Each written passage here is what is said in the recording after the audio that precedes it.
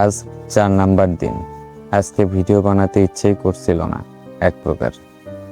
গতকাল বলেছিলাম আমি ছাড়ব না, আজ সেই কথাটা রাখার সময় এসেছে। কিন্তু সত্যি বলতে আজকে মোটিভেশন একদমই নাই। আজকে ঘুম থেকে উঠে মনে হচ্ছিল আজকে ভিডিও না বানালেও চলে। মাথায় কোনো আইডিয়া আসছিল না, ক্যামেরা সামনে নিতে মন চাইছিল না, কি করব কিছুই বুঝতেছিলাম না। আমি কি আদৌ পারবো? একটা সময় তো প্রায় ডিসাইড করেই ফেলেছিলাম যে আমি আজকে স্কিপ করে দিব, আজকে ভিডিওটা বানাবো না। কিন্তু হঠাৎ চিন্তা আসলো আজকে যদি স্কিপ করি তাহলে কালকে কি হবে, আর যদি কালকেও স্কিপ করি তাহলে আমার চ্যালেঞ্জটার কি হবে? তাহলে কি আমার চ্যালেঞ্জটা টিকবে? চ্যালেঞ্জটা নষ্ট হয়ে যাবে একদম।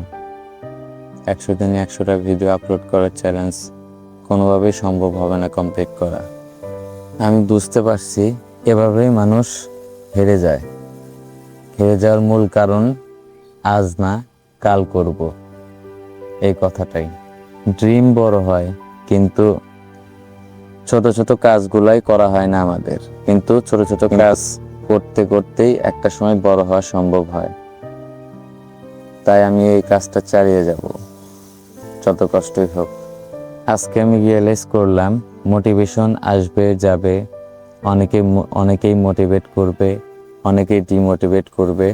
আপনি যদি ডিসিপ্লিন অনুযায়ী চলেন তাহলে এগোতে পারবেন। আপনার ডিসিপ্লিন ঠিক নাই, আপনি এগোতে পারবেন না।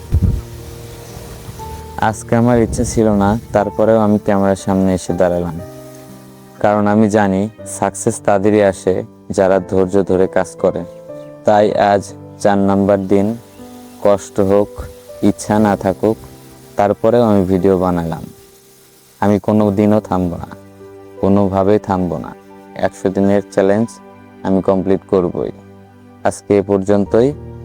সবাই ভালো থাকবেন, আমার জন্য দোয়া করবেন, আর ভিডিওটা অবশ্যই বেশি বেশি শেয়ার করবেন। সকলের প্রতি সালাম, আসসালামু আলাইকুম।